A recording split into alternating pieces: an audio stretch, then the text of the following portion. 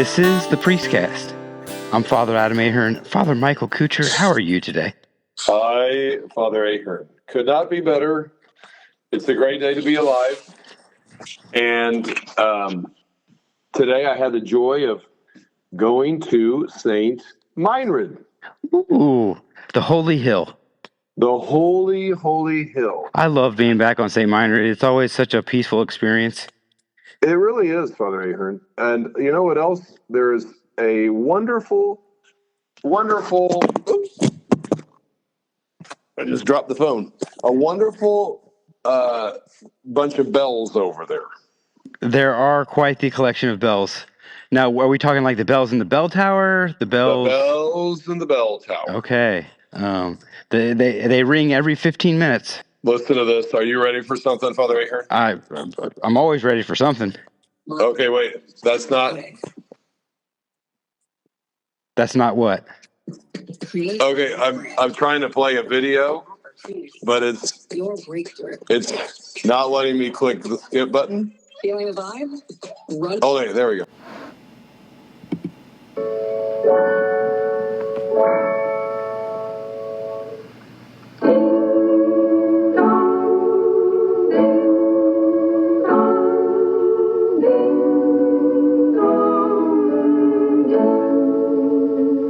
Oh, bells of St. Mary, we always will love you with your inspiration.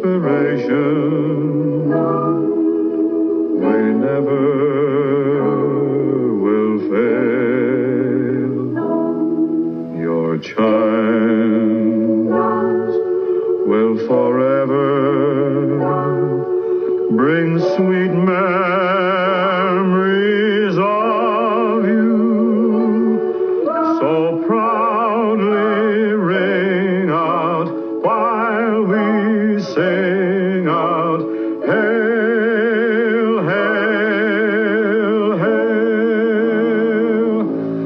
Isn't that a beautiful song, Father Ahern? That is a lovely song. The Bells of St. Mary's. Yes. Have you ever seen the movie? I have. It's one of my favorites. In fact, so when I was in Kuwait and at some of the parishes, we would do Catholic movie nights. Yes. And Bells of St. Mary's was one of the movies I made the people watch because it's just such a great representation of like Catholicism at that time and just the life of a parish and the life of a priest. It was just beautiful. Like they told this story in the context of Catholicism, and it's great. I love the movie. Yeah, it really does paint a beautiful picture It does. of the church in the 50s, basically. Mm-hmm. And she was very alive, and she still is very alive. Just it looks a little different now, but same beautiful church, and we still have our beautiful bells everywhere, Father Ahern. Yes, we do.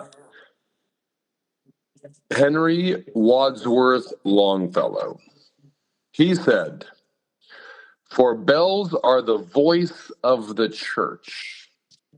They have tones that touch and search the hearts of young and old." Yes, they do. Father Ahern, would you like to know why I'm thinking about bells? I would love to know why you're thinking about bells. Because in 1820, when our centennial saint, so remember he got there in 1818, February 9th, and so he's not even been there. He's been there about 2 years. And it was time for him to do his first work on the actual church. He felt a very strong call to actually make the church more beautiful and fix it, make it more structurally sound, all these things. Well, he looked at the bell tower. And Father, here the bell tower had been made at the time out of wood. And the bell, it says here in the book that though the bell was no longer swung because things were not structurally sound, it only merely chimed, but people trembled lest the tower and the bell should come crashing down upon the graves in the cemetery. Oh, no. And so St. John Vianney goes about this process of raising money to build a bell tower made out of brick. And sure enough, it happens. He was very, very, very insistent that the church have a strong bell. He wanted the bell to go across all of the countryside, all the farmers. He said, these farmers aren't going to mass. They're not praying. They're not doing their angelus. They're not, he said, I want this bell tower I want this sound to go everywhere, this call, this summons to prayer. And so he raises the money, and it says that he actually bought one of the bells. So there was one bell already in there that wasn't functioning at the time. It began to function, but he said it wasn't loud enough. So he bought another bell, and he called it the Bell of the Holy Rosary. Oh, nice. Isn't that beautiful? That is. I absolutely, as we were just talking about, like St. Meinrad, the bells are so beautiful. You have bells at your parishes, don't you? I do. One of my parishes. St. Augustine's has 3 bells. They have, I think, James and John and St. Augustine. Augustine is the big bell, and then we have James and John as 2 smaller bells. Unfortunately, so you named your bells also.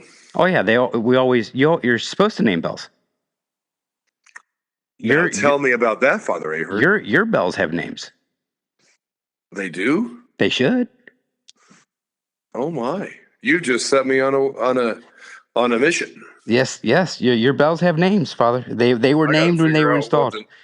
But right now, Augustine isn't working because he's getting a new yoke created and manufactured, and so he just sits up there. But the other 2 would work if we had the system hooked up. So once we get our system refixed, reinstalled, and everything, the bells will be ringing again. Look forward to that date. Father Ahern, do you realize that I've just, in the meantime, while you were talking, I have Googled, and sure enough, you're correct. It says, in many Christian denominations, particularly in Catholic and Anglican traditions, which I would not say that we are a denomination, but that's okay. It is long-standing custom to name the bells of at the church. This ritual sometimes could be analogous or considered analogous to baptism, which sets the bell apart for its sacred purpose. The practice dates back to at least the 10th century, with bells typically named after a saint, apostle, or other religious figure. Yep.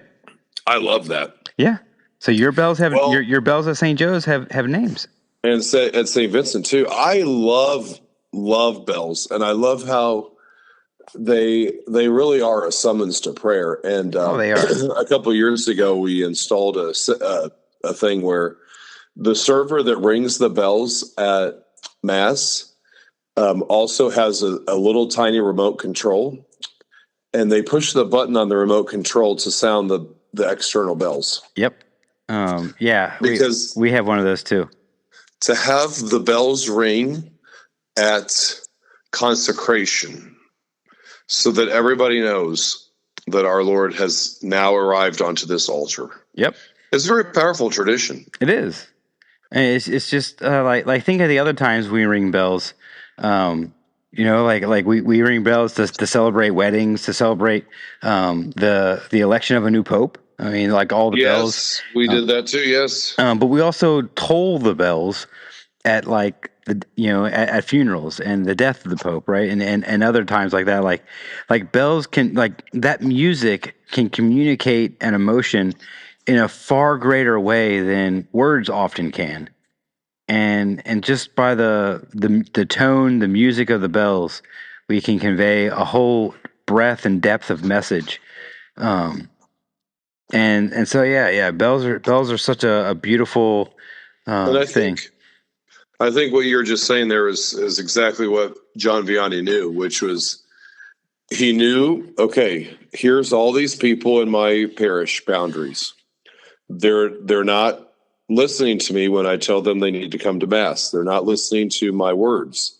And so here he is. He's been there 2 years, and he says, okay, I know what I'll do. I'll engage their senses, because maybe they can tune me out when they see me on a rare occasion when I go to their house or whatever to see how they're doing and remind them of their responsibilities of Mass. And they can tune me out when I do that, but they're not going to be able to tune these bells out, which are going to be ringing every hour, every day. Right. And everybody at that time, and I think still to this day, people will know when they hear the church bell, they think, okay, that's a call to pray. Mm-hmm. But also, it was a much quieter time. You didn't have the airplane noises. You didn't have the road sounds. You didn't have train horns or down here barge horns, right? I mean, like and earbuds, and TVs, and phones. Right, you didn't have as much ambient noise going on in the world. It was much quieter. I mean, the loudest thing probably would have been the cicadas every 7 years, right? Right. And so the bells, the sound of those bells would have traveled for miles. And really it would have been like you would have hear them and you would think, oh, that's the church bells. Oh, shoot, it is noon. Let me I guess I should pray. Pause and pray my Angelus. Mm-hmm. And I also like, and I don't think we can forget that he paid for it himself. He had saved up the resources to say, okay, there's a need here. I've already asked my people for so many things, and I can do this, so I'm going to do this. I thought you said he raised the money. Well, no, he raised the money to fix the one that wasn't working and to put the brick up.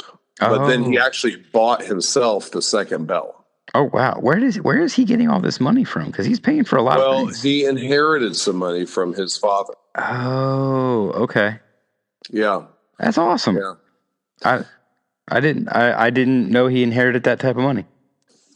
I feel like somewhere in this biography it talked about that. We should probably talk about that at some point. We'll clear that up tomorrow. It sounds like a plan, brother. All right, Father Ahern. Well, I wish you a beautiful, beautiful day, and talk to you tomorrow. I wish that for you as well, Father. Listen to the bells. Hello? Beautiful. Are you telling me to listen to the bells right now? No.